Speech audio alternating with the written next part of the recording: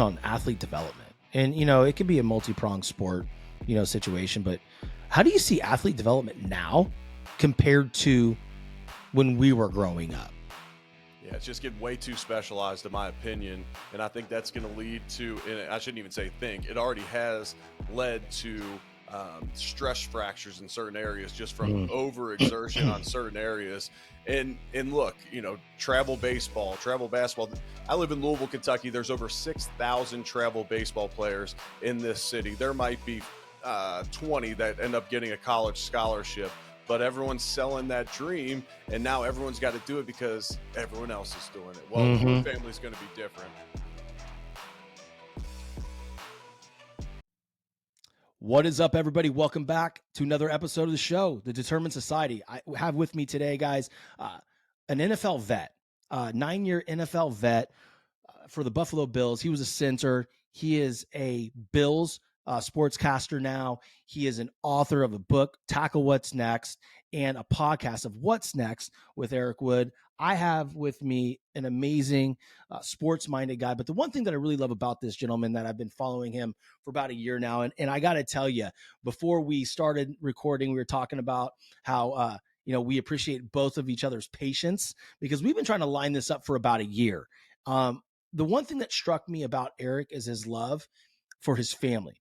You can tell it how he, in his posts with social media, how much he loves his wife and his children. And for me, I really related to that. So, without further ado, let's welcome Eric Wood to the show. What's up, buddy? Hey, what's going on, Sean? I appreciate those words. And yeah, I mean, early on in my journey on social media, I actually shied away from ever posting about my family. I almost protected them. I kept my Instagram private. I felt like, okay, Twitter's my sports talk. Instagram will be more family pictures and whatnot, and I'll keep it private. And then it hit me. If I'm going to make an impact through social media, if I'm going to use social media to try and impact others in a positive way, why not try and make it cool to be a dad and a husband, and try to be the best that we can? And we're so far from perfect. We all are, trust Yeah. me. Oh, And well, I'm oh as boy. far as well. But hey, why don't we show taking our little girls out on dates, our little guys out on play dates and whatnot, dating our wives on a consistent basis? Like, let's make that cool, as opposed to, the memes, the GIFs, and look, I love a good funny Instagram post as much as anybody. I'm like, let me just inject a little positivity out there as well. I'm with that, man, because when I started this, I just wanted to, just like you, inject some positivity and some real life leadership into the ethers, right? Whoever was following my page at the time, I think it was like maybe 800 people, and it's grown to 57,000 now.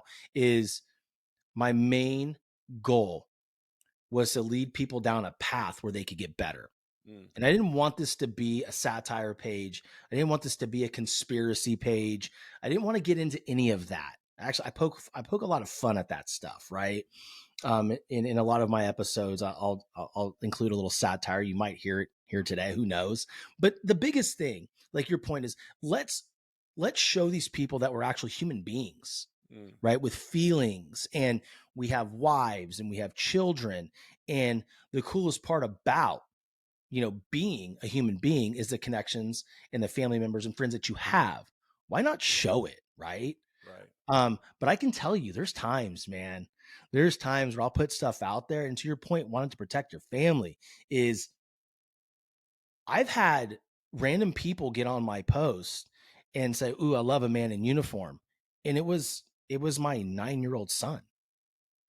And so at that point, it's like, right away, I feel violated, and I'm like, man, I'm not protecting my family. And then the other thing that happens, I don't know if you've had this, a lot of fake pages.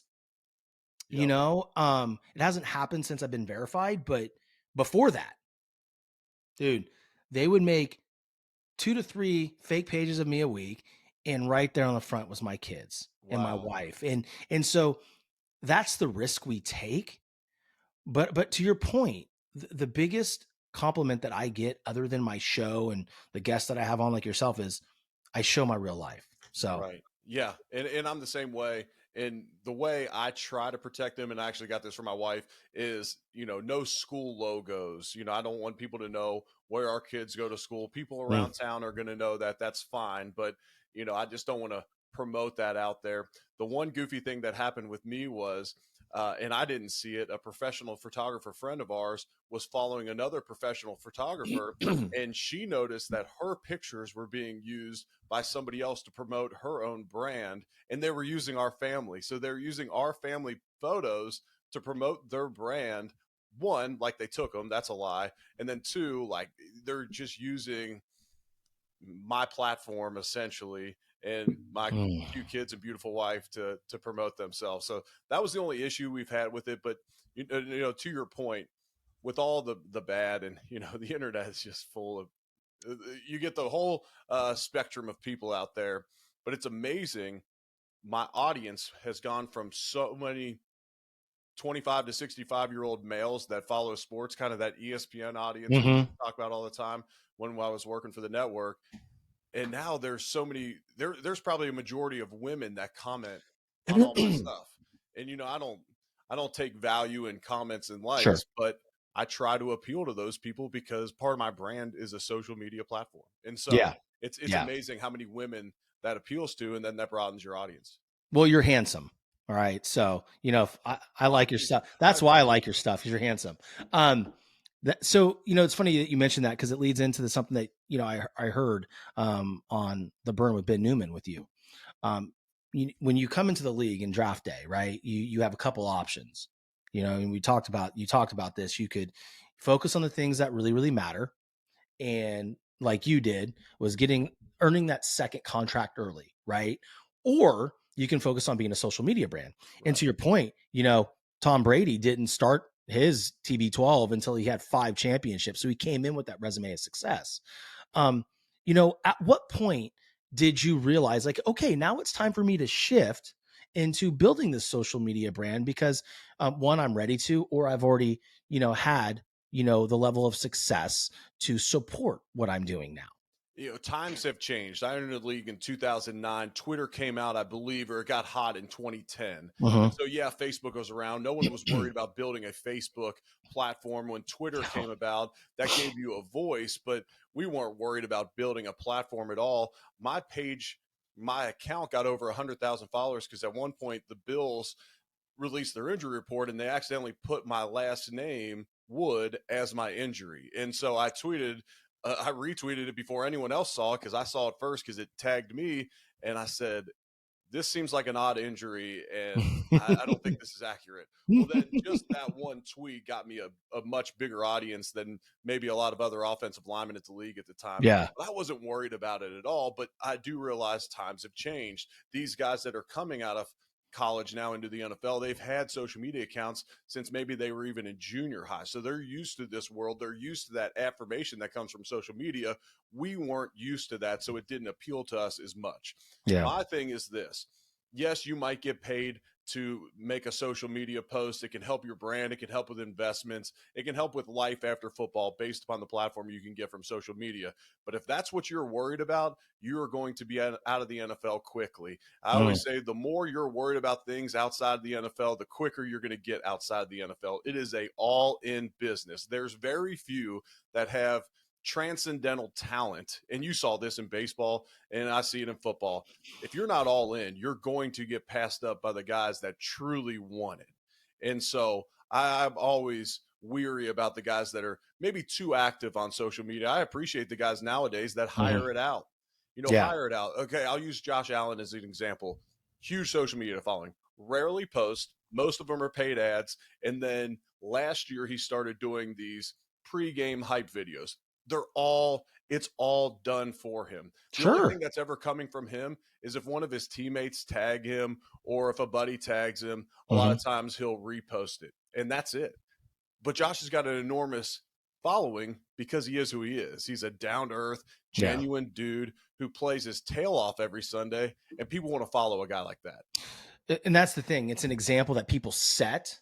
They can feel that excellence just through a TV screen, Right. right? It's like, this dude right here is the deal, and Josh Allen's a dude. I mean, Yeah. like, straight up dude. And I think that's an important thing to really, I guess, separate, right? Because some athletes, like to your point, are just sitting there on their phones and social media. They're the ones posting, they're going live. I see it with these college football players constantly. Mm-hmm. and particularly my alma mater. And if the people that are listening and watching this just dig a little deeper, you know where I went to school, you could find it, right? I see it a lot, and it's just a focus, right? It's like when they decide to enter the transfer portal, when they decide to enter the draft, it's this big elaborate post, and it's like, what are we worried about here? Are we Right. worried? Are we really worried about what's next for you? Or are you worried about what you're going to create on social media? Right. And I tell these guys, and I did performance coaching for a college for a season. And it's amazing as I talk to their coaches, they would often say they're more worried about what people are saying on social media after their game than what we tell them the next day, because that's where they're getting all their feedback is through Mhm. social media. And this isn't picking at this current generation of college No. athletes. If I was exposed to the same things when they were in junior high, I'm sure I would be the exact same way. It's surrounding them at this point with people that can give them sound advice. And what I would always tell them, Right. and for anybody listening out there, because I understand we're not talking to a group of collegiate athletes out there that are aspiring to be NFL players or MLB players or NBA players, there may be some, but the majority are not going to be those people. I always tell people, you use social media. Don't let social media use you. And so you can be whoever you want to be on social media. You Mhm. can promote whatever you want to promote. But the second that you start filling your cup up personally because of the feedback that you get from social media, now it's using you. If you're mindlessly scrolling and wasting time and no productivity throughout your day, then it's using you. If you're not paying for a product, you are the product. They are using you and they're trying to use you. Now, if you're intentional about it, you can use the platform to spread a good message. You could raise money for philanthropic purposes. You can also create a platform, but that platform doesn't need to come from spending 5 hours a day on social media. It can simply come from being a beast in whatever field you're in, whether that's sales, whether that's being the top neurosurgeon out there like a Dr. Amen, who is a buddy and has a tremendous following now, or a beast on a field or a court. That's how Mhm. you get your following, and that's what people want to follow and pay for as well. People aren't lining up to stroke big checks to people that are constantly promoting things, that are constantly doing things. They want a Josh Allen, they want a Tom Brady, Mhm. who seems not as easy to attain. I think it's a great point because nowadays you see somebody always holding up something. Like I see these college baseball players holding up a different product every day. It's like, okay, it's cool. Like I remember being in college, and again, to your point, brother, like if we were playing college football or college baseball right now, we're growing up in a different culture, different era, right? Right. We may be subject to that because I can remember sitting on my couch in college, right, in Baton Rouge, school's paid for, but like I had no money. Right. Like my friends wanted to go out, wanted to go get food. I had to call mommy and daddy, like, hey, I'm broke. Like so I understand it now. Like I get it, but it's also still very um agitating to me that it's gone that way. It's Right. like, it used to be when I was at LSU playing baseball, it's like the only thing you had to worry about, and it was a big thing, trust me, was winning a national championship. Mm-hmm. But there was no Facebook. Like, dude, we played when there was no, I don't think there was, I don't recall it. Facebook came like 2 years after I graduated. So maybe there was MySpace, but I didn't mess with it. I don't Right. know. I think it's different times, man. Yeah, I heard this recently. Mm-hmm. And Facebook came about when I was in college, but prior to Facebook coming about, the only thing you were worried about is if someone had a Polaroid camera and if they printed them out and made doubles. And I'm also telling guys nowadays, like, this is a different era. This Yeah. is a different era. You can be exposed at any situation because of this phone. It can be text messages that you send, you think they're innocent, boom, all of a sudden now it's blown up and anything can be taken out of context. And Mm-hmm. then obviously the cameras on the phone can get you in trouble at any point. And your reputation, I always say, it takes 4 seconds to create an impression and 4 years to change it. As soon Mm. if the first thing that someone sees is you partying at a bar, it's going to take you 4 years to change that. If it's, God forbid, these cases of these guys that get on video in violence against women, that's you for the rest of your life. That's irreparable. Yes. Yeah. And so just understand this is a different day and age, and anything you do is going to be amplified and posted. No, absolutely. And, I want to touch on athlete development. And, it could be a multi-pronged sport, situation, but how do you see athlete development now compared to when we were growing up? Yeah, it's just getting way too specialized, in my opinion. And I think that's going to lead to, and I shouldn't even say think, it already has led to stress fractures in certain areas just from Mm. overexertion on certain areas. And look, travel baseball, travel basketball. I live in Louisville, Kentucky. There's over 6,000 travel baseball players in this city. There might be 20 that end up getting a college scholarship, but everyone's selling that dream, and now everyone's got to do it because everyone else is doing it. Well, your Mm-hmm. family's going to be different, I hope. Yeah. And we Yeah. pride ourselves on being different, and we say that all the time. Woods are different. I Yeah. don't care what everyone else is doing. We're different. But nowadays, people are specializing way too early. If you would have made me choose as a freshman in high school one sport, I would have chose basketball. I ended up growing a few inches, but growing many more inches wider, and end up Mm-hmm. as a first round draft pick in football. When you're allowing these kids or forcing these kids to choose one sport too early, you're often limiting them in their development, what they could become. And all the sports, it all translates. The skill sets that you learn in basketball translate to the football field. The movements in baseball, the bending, the power, the torque, all of Mm-hmm. that converts to other sports, and we're really stripping our kids of it, and we're going to get them burnt out. Yeah. I always say I wasn't a starter on our high school football team until I was a senior, and most people would say, "Wow, you missed a lot of great opportunities. You could have went to a bigger college, this and that." I'm like, look, I didn't take unnecessary hits, which happened every year on a football field. And I also wasn't burnt out. I got to college and I was excited. I also didn't have a ton of bad habits either, because I didn't have that many reps to even gain that many habits. So I came into college like a sponge, as opposed to some of these people that were playing spring ball, then 7-on-7 in the summer. Then they're doing fall camp. Look, they get to college, they're burnt out. Football's not special to them anymore. I can speak on this from experience, not football. Well, I did have a short stint on the football field. That shit hurt too much, bro. Like, I'm gonna tell you right now, Yeah, you I got to be a little specialized sick. too You got to soon. be a little sick to understand that. Like, Yeah. yes, I might light this dude up, but it's gonna hurt me too. Oh man. I listen. I specialized way too soon. I mean, and that was me. Like, that was my choice, right? I wasn't this great athlete.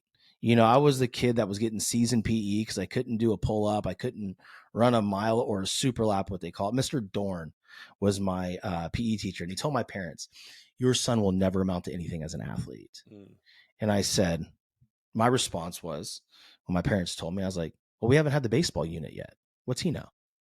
And as soon as we had the baseball unit, obviously I was an athlete. Right. But I tried playing football my freshman year in high school, and I had these visions like, oh, I'm going to sack quarterbacks. I want to play, defensive end. I'm just going to light these dudes up. No, like the moment you put on pads and a helmet, just having the pads and the helmet on hurt. Right. Like, you have to grow those muscles in order to hold that helmet up. And I just remember our running back, his name was Damian Wilkinson, stud. And we were in practice, and I shoot through one of the gaps, and next thing I know, I'm on my butt. I didn't even know what hit me. Well, it was the running back. And right then I'm like, yeah, nope. I'm going to get hurt doing this. I don't like it. I'm not going to do this anymore. So I think really it hurt me athletically and development wise, because as you say, once I got to junior college, I was praying for rainouts. I mean, I played travel ball from the time I was 13, right? Because the Little League was bad. I mean, it got bad. Once you got up to the big field, it was time to go play competitive baseball. I wanted to develop. I was doing lessons. I was playing travel ball, right? And we would play like 60 games. And I was a catcher. Like, dude, you throw me behind the dish for 3 games in a day. And if you take me out that third game, I'm trying to fight you. Right. Like, I'm like, why am I sitting? Did I do something wrong? No, you need a break. I'm like, break? I don't need a break. But looking back at it, it's a long drawn out description of what I'm going through right now. But like, I was burned out by the time I got to junior college. And then came the injuries. Then came the blood clot, right? Then, came the, I blew out my arm at LSU and I had to have surgery my first year there. It took me 2 years to get back on the field. The point sometimes, and I was sitting behind, and it is Mental Health Awareness Month.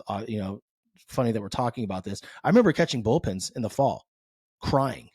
It's like, I just don't want to be here. Like, I'm worthless. I'm not good anymore. So there's a lot of danger involved in that, and it was hard for me to get through. Right. Yeah, I can't imagine. I've been there too, dealing with injuries, and then you don't feel like yourself, and so it gets you in a dark place, especially.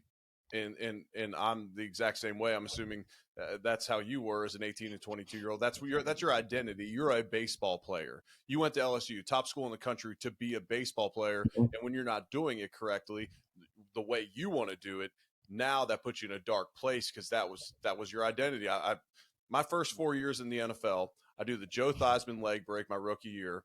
Yep. Second year, do a high ankle sprain on that broken leg, which took me out for 2 weeks. Third year, ACL, PCL, lateral meniscus, full offseason rehab again.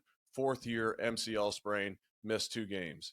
That's my first 4 years in the league. And I'm sitting there as a first round draft pick thinking, am I a bust?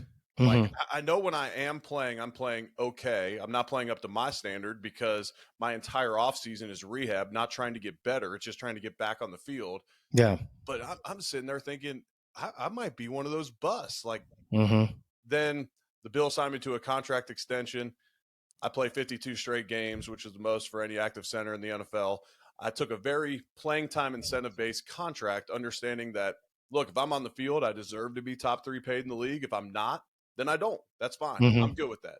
I'll take the risk. And I took all of it because I got lucky and ended up staying on the field. But you put yourself in a position during those times to really examine a lot of things. 2012 was when was my 4th year in the NFL. That's when I did the MCL sprain, and I changed the way I trained. This wasn't the reason, but I ended up getting baptized that year. I married my wife that year. There was a lot of things that were big happening in 2012, and part of it was, man, I gotta go in a different direction because what I'm doing right now is not working. Yeah. I mean, I think we've all had that point, right? Where, we have to really evaluate and be introspective. Is it my faith? Is it my work ethic? What is it? Is it my mindset? Because a lot of times your mindset, I mean, that could deter you and put you in a very dark place to begin with. And for me, what happened is I was just not getting it anymore. Like, I would compare myself. The moment I walked on campus at LSU, I mean, dude, I belong there. But then in my own mind, I'm looking at, oh, that guy just won the College World Series last year. I'm like, what's up, bro? I know who you are. Like, I felt less than when I was there to do the same thing as them. If I didn't belong there, I wouldn't have been there. Right. So I think there's, for me, and a lot of that has to do with programming as, in childhood, right? I was always told that if I failed there, or if I didn't make it to the major leagues, I was a bust because I didn't have any other skills. My dad looked me straight in the eye. It's like one of those moments where you're, the scariest thing as a 13-year-old is working on a car with your dad. And he asks for like a socket wrench and you hand him like a hammer and it's just all over, right? Like you're just cooked. Yeah, but in school they're teaching us like long division that you'll never use. Yeah, sorry to cut you. Don't ask me to do that still to this day, right? And so for me, getting there, it was in the back of my mind, like, bro, if you fail, you're done. You're cooked. You're never going to be anything. And, a lot of that's on me at some point, right? As I grew up and I matured into an adult, having a child, now 3 and a husband, is I have to control the narrative a little bit. Those limiting beliefs are always going to be there.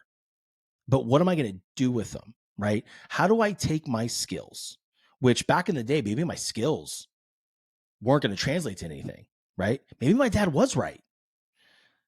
Instead of me being mad at him, maybe he was right, because now my order skills are taking me somewhere, right? My ability to make relationship with people has led me to an amazing sales career, right? Always top of my organizations. Right.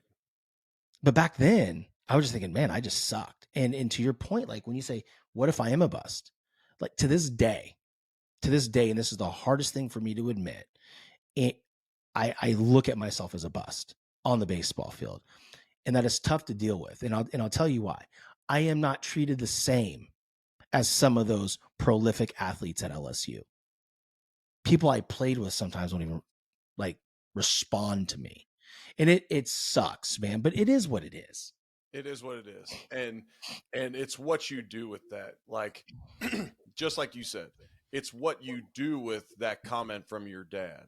Mm-hmm. It's what you do with all the adversity that comes your way in life. That's what defines you. It's not your career at LSU. If you would have gone on and had a fine major league career, maybe you don't have the drive to now be the top of your companies and transition Mm-hmm. from another industry and do it again and be in the top 10 again. Yes, I do my research before I come on these things. And when you do have a podcast that impacts so many, you Mm-hmm. likely don't have any of these things if you don't have the mindset to say, hey, yes, that's fine. My baseball career did not work out how I wanted to. My Mm-hmm. career ended in the NFL, not how I wanted it to. And that's fine. What am I going to do with that now? That's what defines you. No, I appreciate that. And thank you for, acknowledging and doing background. Not a lot of guests do that. They come on with a self-serving, not all of them, but some of them. I know And I'm almost ashamed now that I have a book, because prior to having a book, when people would ask me to come on a podcast, they'd say, well, what can I promote? I said, man, I'm just here for you. I'm here to serve you and your yeah, listeners, whatever you want. I'm yeah, an open book. yeah, But now that I have a book, it's like, well, what can I promote? Well, you could push the book, which you already did in the intro. We don't have to do it yeah. again. We'll put a link in the show notes to where they can go buy the book. But I like it because I'm looking at it right now. It's in the background. Tackle What's Next. That's a very great title. The copy of my book is titled, you know, um, Unstoppable, the High Performance Mindset. It was a book about how I built my sales career. I really enjoy because I look at that title, I'm like, tackle what's next. Your career ended, and we can get into that. Your career ended in a way that you didn't want it to. In fact, it was a surprise. It was like, wait a second, what? So you in your own life had to tackle what's next when you weren't ready to. So I love the metaphor there, in the book. But, why don't you tell the audience that may not know how your career ended? Because to me, it's a very interesting story. Yeah, I'll tell that story in a second. On the tackle, often people will say, well, you played offensive line. Shouldn't it be block what's next? I'm like, no, no, no. It's just a football pun. It is what it is. But you're not trying to block what's next. Peanut gallery. And pancake what's next, or Yeah. any other O-line isms aren't going to work nearly as well No. as tackling what's next in life. But Yeah. I entered the league as a first round draft pick, but I only got one scholarship to the University of Louisville. So I was beyond hyped to be a first round draft pick, get drafted to the Buffalo Bills. Couldn't have spotted Buffalo on a map if you gave me about 6 tries, but ended up playing 9 years for the Buffalo Bills. I mentioned the injuries I had early in my career. Then I go on a long run, broke my other leg in 2016 on Monday Night Football, which was a fun flight back through the night from Seattle back to Buffalo. But I come back from that, and in 2017, everyone thinks the Bills are tanking. We have Sean McDermott and Brandon Beane, the current head coach of the Bills, current GM of the Bills, but this is their first year, and they trade away our top 3 draft picks from the previous 3 drafts. And so everyone assumes that the Buffalo Bills are tanking. They're going to gear up for one of those big quarterbacks the next year: Mayfield, Darnold, Allen, Jackson, and Rosen. They're going to gear up for one of those 5, and the Bills are tanking. Well, we are assured by the organization that we are truly, in fact, not tanking. They just didn't have our type of DNA, the DNA they're looking for. Long story short, in that season, we go on the worst 3-game stretch in team history in weeks 10 through 12. That's tough to do with a team that's been around as long as the Buffalo Bills, but we Sure. bounce back and we make the playoffs. We break the longest playoff drought in all the professional sports. I'll never win a Super Bowl as a player, but I can tell you when we celebrate in the locker room, that breaking that streak, it felt damn good. And so we play in the playoff game. My wife was already back in Louisville with our daughter, getting ready to give birth to our son. And I can't fault her for scheduling that in Louisville. We had never made the playoffs, and like I said, everyone assumed we were tanking. So she's doing all of her doctor visits back in Louisville, and then she's already posted up in Louisville. We lose to the Jaguars in the first round of the playoffs. And what's customary is you go and get an exit physical before you leave. You have to Mhm. declare any injuries before the offseason starts, or the NFL's off the hook for all of them. And so I'm in there and I said, look, I'm the only player on the team, one of few in the NFL that played every single snap this season. Just let me go. Clear me for the Pro Bowl. I'm going to go drive home and see the birth of my son. They said, Eric, you had some stingers this year. For those unfamiliar, just a nerve pain sensation that run down your arm when you get hit in the head. It's a nerve deal from your neck. But my high school buddies got stingers. They're completely fine. No big deal. I reluctantly get an MRI on my neck, and 3 days later, I'm sitting in the delivery room waiting on the birth of my son, who would be born 50 minutes after the call that my career has ended. And in that moment, you have some denial. Hey, I'll find a different doctor that'll clear me. There's obviously a wave of emotions, but now you have your son coming into the world, and that's really all you're worried about.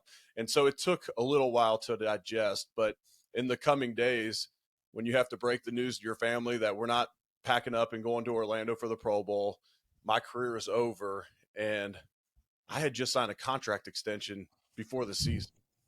I had planned on playing 15 years in the NFL. The Bills are getting ready to draft their franchise quarterback, who ends up being Josh Allen, who's a friend of mine, just came in town, stayed with us for the Derby. I would have loved to play with Josh Allen. I would have loved to be a part of this run that they're on now, but now I'm not. Yeah. Now I'm the radio guy calling the games, but how am I going to tackle this next chapter of life? How can I, just like I mentioned to you, use that adversity to now impact others? How can I believe I've heard you say this, how can I use my mess to be my message to impact others? And so that's what Tackle What's Next is. It's led by a lot of coaching, a lot of advice that I got through the podcast on transitioning in life, because there's not a crystal clear blueprint, but Mm. there is a blueprint. There is a roadmap that you can follow that many of the most successful people followed while doing it. And I'm sure it's very similar from you going from coaching and teaching into sales. It's Mhm. okay, well, now my days were structured as a teacher.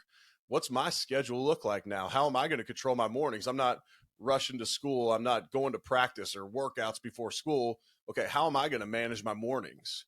What do my Yeah. days look like now? What are my gifts? How am I going to use them? Who are other people in this industry that I can follow and learn from? There is a roadmap out there, and that's detailed in the book. That's amazing, because I can first of all, I want to ask this question. How did you manage your emotions in that 50 minutes? I mean, was that your first child? Second child. Second child. Okay. So you're about to have a child. You're in the delivery room with your beautiful wife. You get this call. Did you say anything to her? So we knew, like I had gotten a text message, and we knew that some news was coming. Got it. We did not know. We did not assume. My assumption was it was going to be surgery. That was my assumption. I'm going to have to get another surgery. Oh my gosh, another offseason with a surgery. You know what? I'll crush it again. It Here is we what go. it is. Yeah. I got the news. I looked at my wife sitting in the hospital bed, and I didn't cry for about 30 something years till I did some EMDR training last year, and it just completely rocked my world. And now I can cry just hearing a good worship song at church, or just looking at my daughter. I could shed some tears. But I looked at my wife, I couldn't speak, and I just gave her a thumbs down. And actually, the nurse, who's a friend of a friend, commented on a recent post of mine that was detailing this out. I had a clip from another podcast I appeared on telling the story. Mm-hmm. She responded and she said, I was in there, and that was beyond emotional. So my wife's crying. There's two nurses in the room, and the other nurse goes to my wife, honey, it's going to be okay. It won't hurt that bad. And my wife looked at her and said, it's not about the baby. It was so funny. Thinking back on it, it wasn't that funny at the time, but all I could Yeah. give her was a thumbs down. And there was a lot of emotion through that time. But when the entire time you're trying to wrestle with, okay, if faith and family and friends, if those are truly the most important thing, then when football gets taken away, is it that big of a deal? And yes, it is. It's a career I worked my entire Sure. life for, but you're Sure. just wrestling with so much internal emotion of, the guilt of, I'm so blessed.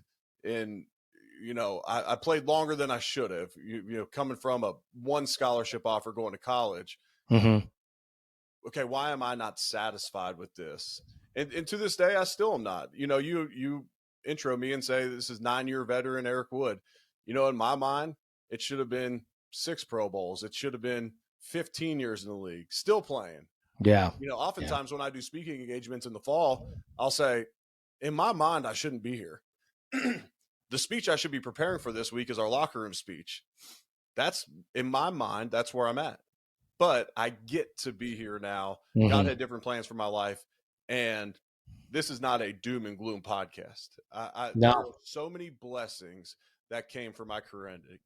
I mean, financially, signing a contract extension before the season, I was the second highest paid center in the league the following year, and I didn't play. We had just built our dream house in Louisville, and now we get to spend all year round and not just a few months a year in this house. 2 beautiful, healthy kids born just at the end of my career that I get to enjoy so much more time with them than I would have if I would have kept playing. And beyond it all, I mean, I would have truly played till the wheels fell off. I loved ball, and I didn't take it for granted, and I hated the guys who did, and I worked my tail off. And now that the Bills are good, like, at what point would I have said, man, I don't want to do this anymore? Yeah. I mean, you're playing with a rock star and Josh Allen.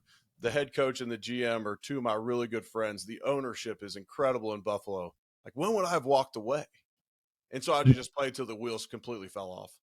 It's interesting because you said something about, I don't know, maybe 15 minutes ago. Like, you said something like, now I'm not a part of it. I'll never win one as a player. It's hard to look at it like this, right? Because you are a part of it, right? You're just playing a different role in it, right? And you're still connected with the organization. You're a broadcaster for the Bills network. I mean, like this is it's a big deal, and that says a lot about your character, that you're still infused in that culture and that organization.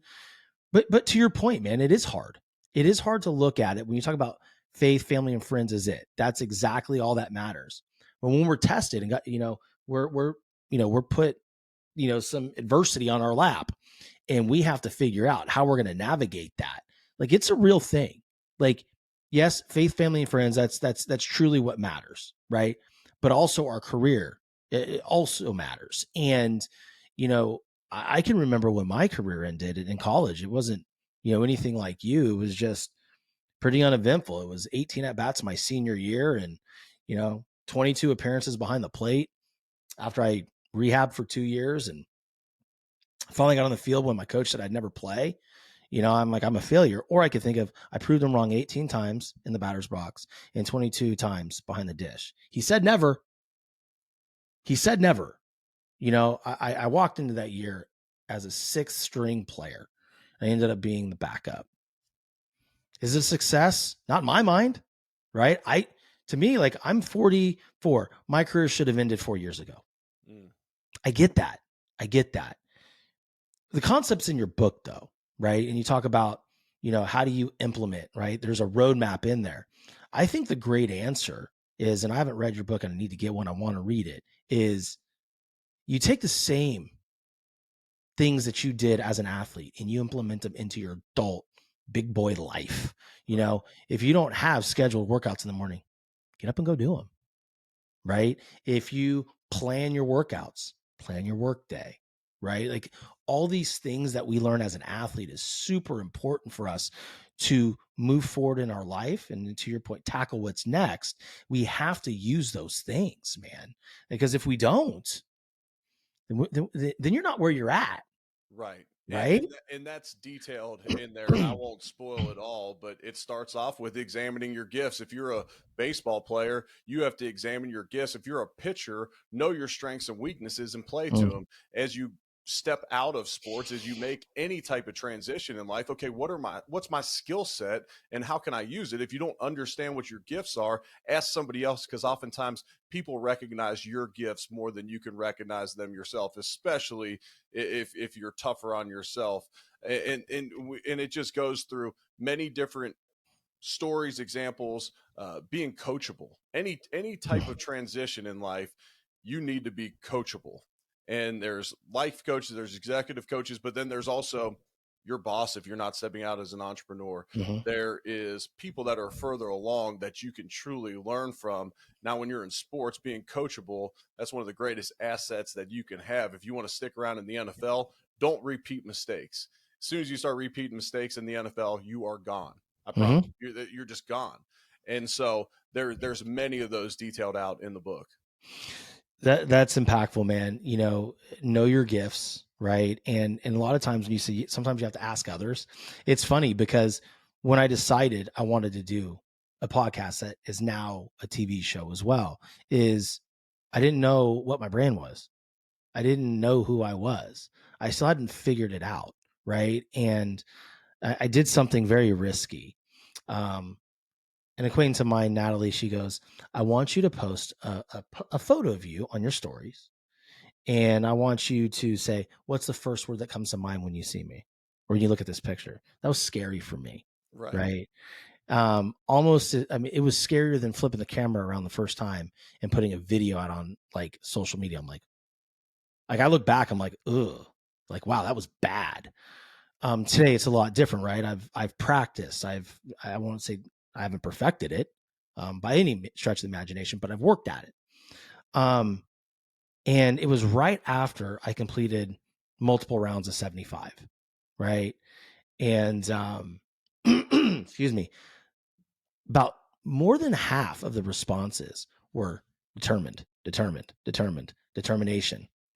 or coach, or my friends would say like funny things like douchebag, idiot, like, like, well, thanks guys. That's, Right.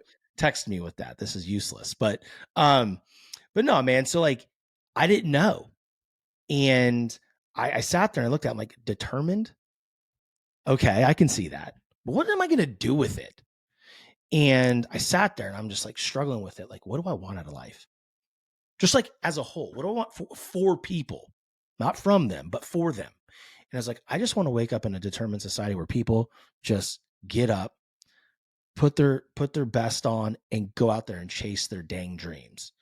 I was like, determined society, I don't like it. It's missing something. So I put the in front of them. Like, there it is. That's the show. But I had to ask. Right. Yeah, because often others will realize that for you. I like the society aspect of it. Like, okay, we're in this together. We're a group. I just think there's power in groups. I am a firm believer in the Jim Rohn quote, you're the average of the 5 people you spend the most time with. It's overused because it's true. Yeah. You want your income to go up, surround yourself with 5 other people whose income is higher and watch their habits rub off on you, and you will be then determined, you'll be driven to make more money based upon those habits, what you learn from them. If you want to get in shape, surround yourself with 5 people that are in better shape than you, and it's going to be very convicting when you go to grab a cheeseburger and they're eating lean protein and veggies and fruit. It just is what it is. Yeah. You want to get better at anything in life, surround yourself with people that are ahead of you. I don't like to play golf with people that are worse than me. And, it happens plenty, but I want to get better. I want to learn from people. A lot of times I'm playing with guys that are 3 other guys that are better than I am, and I'm learning from them constantly. And so that's how I try to just push everyone along. And look, as an NFL player, you're surrounded by other NFL players. So the average of the 5 people you spend the most time with are going to be 5 NFL players. I only play with one guy that's currently in the Hall of Fame. There may be others that get voted in, but right now, the only guy I played with that's in the Hall of Fame is Terrell Owens. I had Terrell Owens on my pocket. Yeah, T.O. Now, look, I played with him when he was a longtime vet, and, he was matured by that point and all that. But, man, he treated me so good as a young cat. But I'll say this. I asked him on my podcast, I said, what were your favorite chicken wings in Buffalo? He said, I never had any. I said, T.O., you don't like chicken wings? He said, no, I love chicken wings. I just wasn't there to eat chicken. I was like, there you go.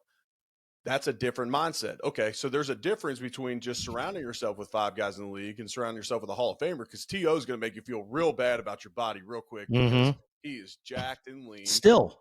Yes, he is so strict about his diet, his sleep, everything in his life is strict. Okay, Well, he's going to make you feel worse about your actions if you're not living up to that standard. Yeah. Surround yourself in the locker room with the Hall of Famers, and you'll be driven like them. Surround yourself with the guys that are a bunch of fringe NFL players that party all the time, and that'll rub off on you as well. That's a good point. Funny about T.O. I grew up in the San Francisco Bay. So, I mean, big Jerry Rice, Joe Montana guy. And then, Right. I was there for those years. And then, T.O. came in and it was just like, couldn't beat the Packers, man. Couldn't beat the Packers. Then when he caught that ball over the middle and he got slammed, and that sheer emotion, like, will stick with me forever. That's truly that guy's heart, and I know, people started saying things about T.O., when he went to Dallas or, later in his Niner career. But I mean, that was a wonderful player. I mean, and an intense and determined individual. And, it's nice seeing guys like that play. Yeah, and some of the antics off the field are influenced by agents, people in his life. This is a guy who grew up without his dad. His grandma raised him. He was an influential young man. And so the people that he surrounded himself with, now he's doing sit-ups in his driveway demanding a new contract. Like, that's not the guy that I ran into when I played with him in Buffalo. Yeah.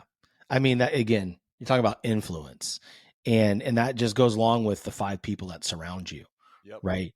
What kind of influence are they bringing over you? Are they, influencing you to work harder? Or are they influencing you to do some kind of like weird off the field antics? But no, man, that's a funny story about him. Like, I wasn't there to eat chicken. That's just, I mean, it's such a simple comment. I know. But and we recorded for over an hour, and that's what sticks out to me. That's the moment that sticks out to me from that podcast, because it just hit me. I'm like, yep, you were different. You were different from everyone else, from most that I played with, and that's the reason that you're in the Hall of Fame. Yes, God gave you gifts. He also, you have a determination that got you to the next level. Yeah. What a cool interview to have. I'm sure you interview a lot of cool people, man. Like, I've been blessed, and to me, it's the variety. Like, I've had everyone from pastors to big time businessmen to MLB to owner of the Bills to football players. To me, the variety keeps it fun for me, and hopefully the listeners as well. If I sat and told football stories each and every week with former teammates, yeah, we'd probably get a pretty good following from the Bills, but that wouldn't fill me up. That wouldn't fuel me. I feel like oftentimes when I complete a podcast, that's a 1 hour coaching session that I just got, and I got to script the interview. I got to script the session to figure it out for me. Have a Ben Greenfield who might be at the top of the health and fitness world, but I get to ask him, he's long-winded, maybe 5 questions in an hour, but I get to ask him questions that benefit a former NFL football player that banged his head into someone 30,000 times, that wrecked his body playing a sport for a living, but I get to craft an interview for that. And so to me, that's what's special about the podcast world. I can dig that, man, because as I'm sitting here talking to you, I'm learning, right? And I always believe, and I've said this somewhere, success leaves clues, right? There's a recipe for it. And my job when I'm interviewing people, besides being the gatekeeper to my audience and having great people on, is, what lessons can they teach me and what lessons can my audience learn? While we're sitting here, I literally got a message from one of my listeners, a good buddy of mine, Brad Johnson. What's up, buddy? He sent a message and it popped up on my computer screen because, like an idiot, I hadn't put the do not disturb on yet. It says, wow, your take on alcohol, spot on. I released an episode today and we talked about, I talked with a good buddy of mine, Josh Marciano, about, alcohol. Why is it the only drug you don't have to explain why you're not using it? Like you have to explain, like other drugs you don't have to explain. And I gave a really good take on it, but like, it's just really cool. Was it because of how the industry's been marketed throughout U.S. history? And originally, Ford demonized hemp because they were making bumpers that were going to get his steel industry, his steel clients out of business, because they were making hemp bumpers that were better than steel bumpers. So they demonized hemp, and then they used marijuana to imprison a bunch of African Americans in the South. And yeah. So now we get to drink alcohol Yeah. because they've lobbied for it. Oh no, I didn't go that deep. That's good. That's really good. I mean, that's the scholar version. What I said was some along the lines of, it's legal. And people want to be liked. They don't want to have to explain and feel dumb for certain decisions that they're making in their life. And again, it all goes back to your sphere of influence. Like, I want to be around people that say, hey, we're going to go out, to the bar, have some drinks. I'm be like, hey man, I'm going to go work out. I'm not really drinking right now. I'm gonna go work out, but I'll meet you for a post-workout meal. And I want my friends to be like, all right, bro, go do you. I'll see you in about an hour. We'll push back a little bit so you don't miss much. Right. But that's not what happens now. People like to shame people, like, because they don't feel good about themselves, and they want to make, like, well, who are you, Eric, for making good decisions? What am I? Am I lazy? Do I not have my priorities straight? Alcohol will do that. It's it was a much deeper conversation, but the whole point of the story is when your audience can learn a little bit about me and then you and the rest of my guests, it's a big win. Right. No doubt I enjoy about it. Yeah, alcohol is an interesting topic. I come from a household with two former alcoholic parents, and it's interesting because you can go, okay, are they chemically out of balance to be predetermined for alcoholism, or is it having a special needs child in the house for 11 years and all the stress, and they were going to find some way to cope, and it ended up being alcohol? You know what I mean? It's like, Yeah. it's very interesting how that works. I always just say alcohol and money both amplify who you are as a person. Yeah. With money, you give these guys coming into the NFL a lot of money. If they were generous and humble and great beforehand, they're just going to be more of it. They're going to be incredible. If you gave someone who's conceited and lazy and wasteful and addiction issues, if you give them a bunch of money, it's only getting worse. Yeah. It's not, hey, we're going to put them in this great atmosphere. We have this amazing culture. We're going to give them a bunch of money and it's all going to be better. It's not. I also feel like that with alcohol. You get a joyful, bubbly person, you give them some alcohol, and they're going to be the life of the party. You give someone that's pretty dark, pretty violent, give them some alcohol, look out. Yeah, they're gonna go 120 in their vehicle and hurt somebody or themselves. Right. It's funny because, like, I look at alcohol, I'm like, I'm a baseball player. I mean, that's what we did. Like, we drank, right? Now I'm looking at it, and it's like, once in a while I'll go over to a buddy's house down the street and I'll have some beers. And like the next morning I always feel guilty about it. It drives a lot of guilt for me because this may trigger some people, and I'm okay with that. And if it triggers them, I want them to really think about it. Should your kids really see you drinking that much? What is it telling them? And not only that, like, am I ready to parent the next day? Am I going to go get my workout in? Dude, those are all great questions for me to really dive into. For me, it makes me lazy. I don't want my kids to see me like that. No, I'm with you. And those are extremely valid points. We have a thing in my household where I refuse to be hungover, which I rarely get hungover because I'm pretty healthy.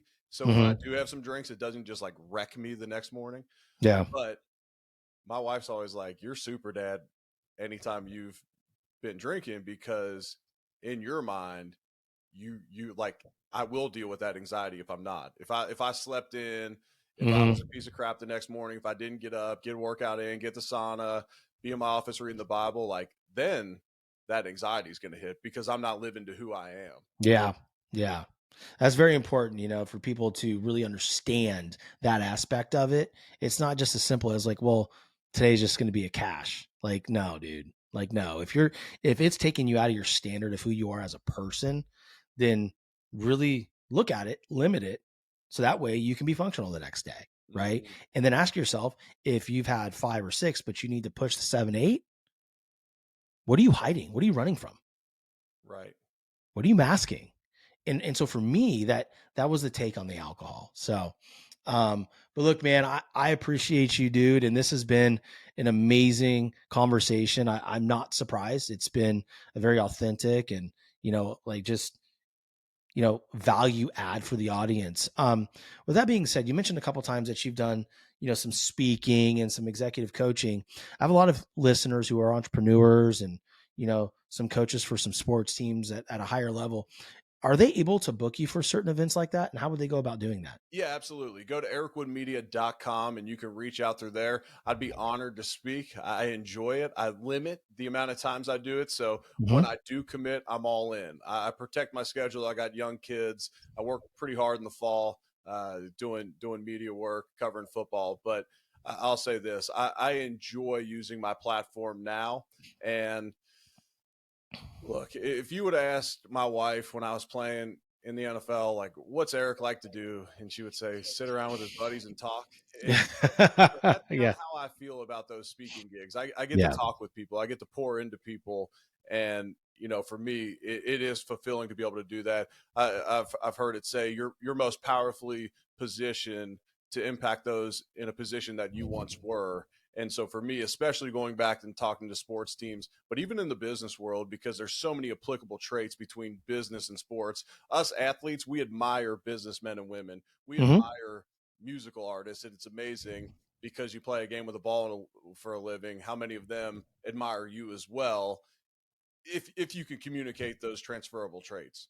Absolutely, man. Absolutely. And what I'll do too is I'll have that info in the show notes. They can go through, click on your website and, book you.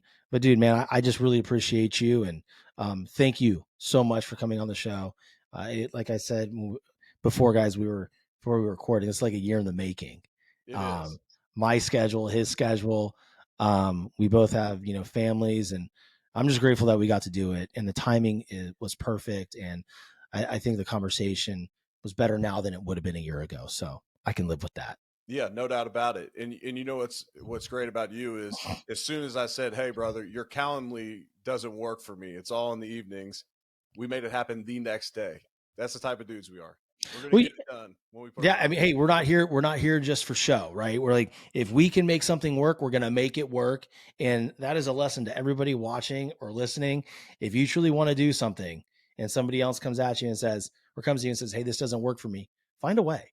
If not, you're just somebody else that just likes to talk about things and not do them. There was no shot I wasn't finding something available to do with you. There's plenty of time during the day, right? So here we are and we did it, and amazing episode. So I appreciate you, buddy. No, my man, brother. Appreciate you, your platform, what you stand for. It's an honor to be on. Appreciate it, man. We'll stick around for one quick second. And with that being said, y'all, get out there, chase your dreams, have a plan, and don't let up. Chat soon.